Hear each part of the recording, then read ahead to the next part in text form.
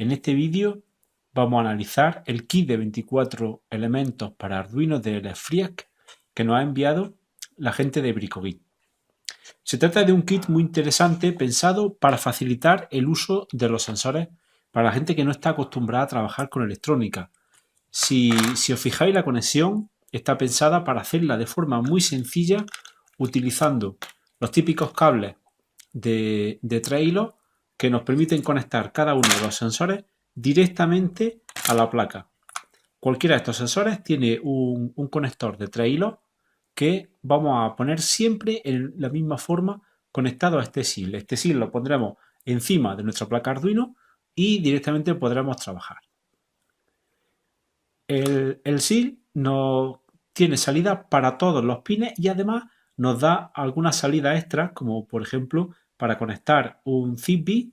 También nos permite conectar directamente los puertos serie a través de cables o alimentar la placa desde una alimentación externa.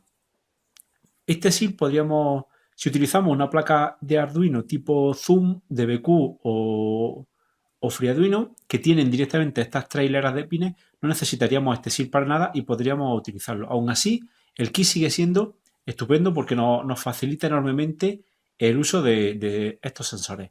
Veis que existen una gran cantidad de sensores y además nos proporciona 4 cables para hacer esta conexión. Esta es la única pega que le he visto al kit, el que solamente sean 4 los cables que nos adjuntan, 3 de tipo de 3 hilos y uno de 4 hilos. Yo hubiera utilizado, hubiera incluido al menos 10 cables para hacer más sencillo el uso. Vamos a ver un poco los sensores que se incluyen. Tenemos el típico sensor luminoso, el LDR, sensor analógico, el potenciómetro de giro, también bastante típico.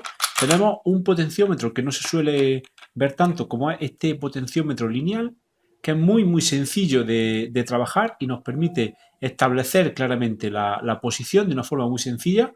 Como nota curiosa, fijaos que este dispositivo tiene 4 pines, 3 para trabajar lo que sería el potenciómetro y uno más para utilizar un LED que incluye un LED chiquitito que nos permite dar el feedback de la posición perfecta del potenciómetro de una forma directa, lo cual es muy útil. Tenemos también sensores de movimiento, un inclinómetro que nos permite saber cuándo se ha producido una inclinación de nuestro aparato. Se oye la bolita, cómo suena cuando se mueve.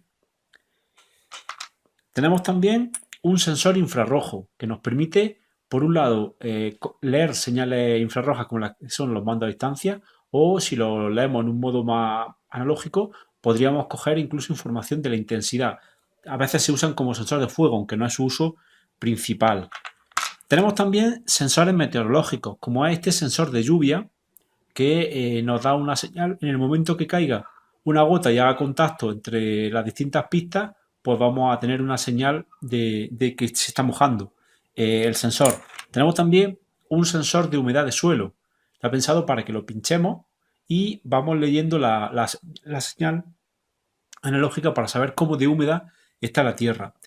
Fijaros que no solamente está el sensor, sino que además nos incluye un transistor para amplificar un poquito la señal. Eso es algo común en la mayoría de los componentes, lo que lo hace aún más útiles, puesto que las medidas son mejores. Podemos leer sensores en medidas más reducidas. Tenemos también un sensor de nivel de sonido. Podemos leer directamente el nivel de la intensidad del sonido que se está produciendo en un momento con este micrófono y podemos ver cuándo se dispara. Es un sensor de disparo, es decir, no leemos el valor analógico del sonido, sino que leemos cuándo el sonido supera determinado umbral, lo que haremos posicionando este potenciómetro en una posición o en otra.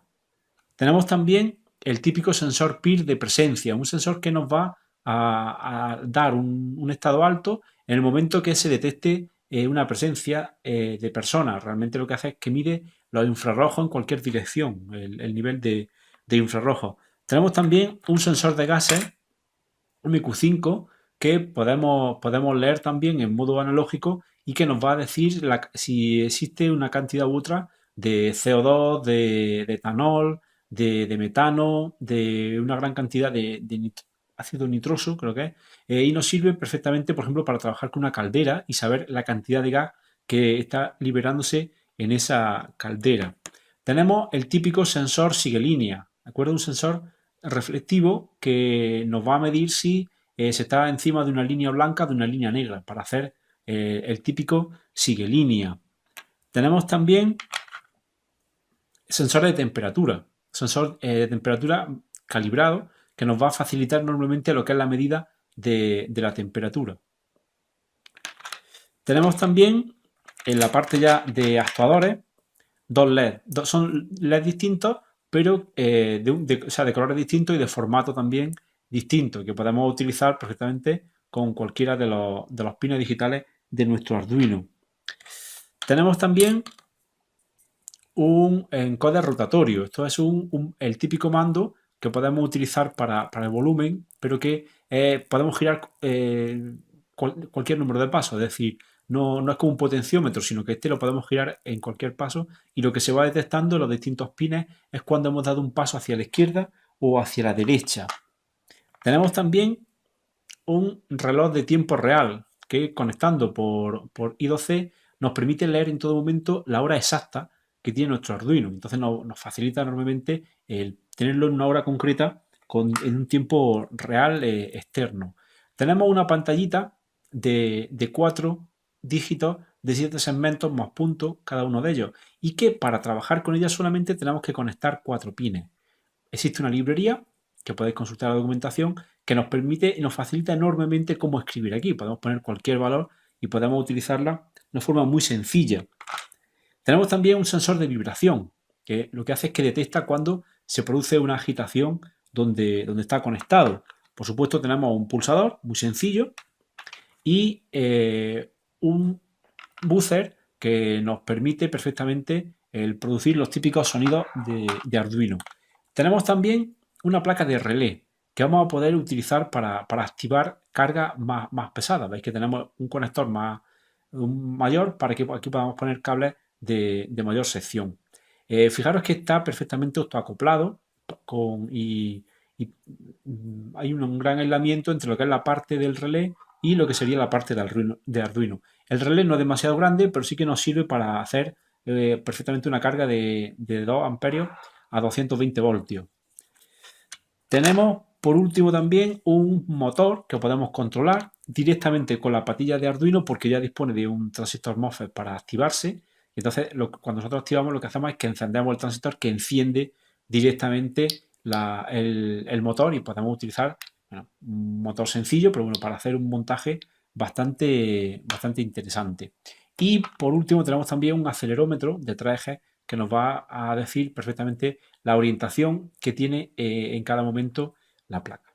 Bueno, como veis, es un kit muy completo con 24 elementos, como decíamos, y que nos va a permitir realizar muchos montajes. O sea, es muy sencillo el trabajar con él y permite a gente que no tiene conocimiento hacer montajes muy avanzados. Por ejemplo, si utilizamos el PIR, utilizamos el altavoz y utilizamos, por ejemplo, un pulsador, podemos hacer una alarma de una forma muy sencilla. Detectamos el que se ha producido esa alarma, con el pulsador activamos si queremos que funcione o no y con el altavoz pues directamente hacemos un sonido de alarma, ¿no? Para que se detecte. Otra opción podría ser un control de un invernadero utilizando sensores de humedad, utilizando un sensor de temperatura, un sensor de luz para encender o apagar luces o una bomba que podríamos controlar perfectamente con nuestro relé, ¿de acuerdo? Y un ventilador que nos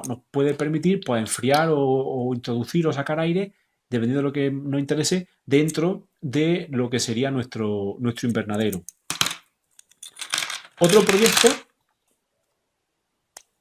que se me ocurre puede ser un detector de humo en una caldera. Es decir, podemos medir, por un lado, la cantidad de gases que se producen en la combustión de la caldera y producir una alarma en caso de que sea excesivo. Tendríamos también todos los componentes y podríamos regular ese nivel con algunos de los potenciómetros que tenemos. En fin, veis que realmente son muchas las posibilidades que podemos hacer. O sea, podemos hacer, por ejemplo, un mando a distancia, un reloj despertador, sin más que utilizar la pantalla para visualizar la hora, nuestro reloj de tiempo real para medir que el tiempo sea más o menos exacto y, por supuesto, nuestro zumbador para producir ese sonido desagradable en el caso de que se activara la alarma, ¿vale? Podemos medir la temperatura y que aparezca también en la visualización. En definitiva, un kit muy interesante que recomiendo y que sin ninguna duda usaré en los cursos a lo largo de este año.